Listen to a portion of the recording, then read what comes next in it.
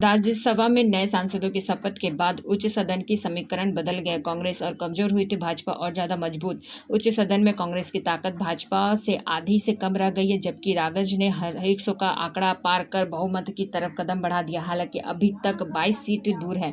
राज्यसभा के 1990 के बाद किसी दल के पास बहुमत नहीं रहा।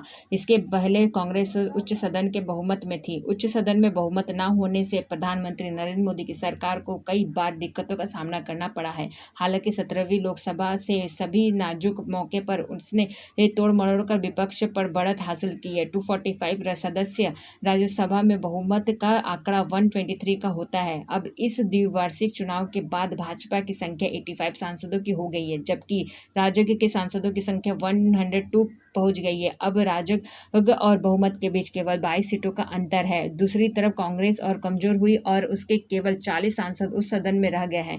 कांग्रेस के गठबंधन सप्रंग की संख्या 65 है। इस तरह राजग और सप्रंग के बीच भी अंतर बढ़ गया है। ऐसे में दोनों गठबंधन से अलग अलग दलों की भूमिका महत्वपूर्ण हो गई है। गौरतलब है कि उच्च सदन के 1990 के बाद बीते 3 दशक में किसी दल के पास स्पष्ट बहुमत नहीं रहा। इसके पहले कांग्रेस के पास राज्यसभा में बहुमत होता था। उस समय अधिकांश राज्यों में उसकी सरकारें होती थी, लेकिन 1990 के बाद स्थिति बदल गई है और आज कांग्रेस और अन्य न्यायमूर्ति पर बहुत पहुंच है। दूसरी तरफ भाजपा ने लगातार बढ़त हासिल की है और वह पहली बार अपनी उच्चतम संख्या पर पहुंची है।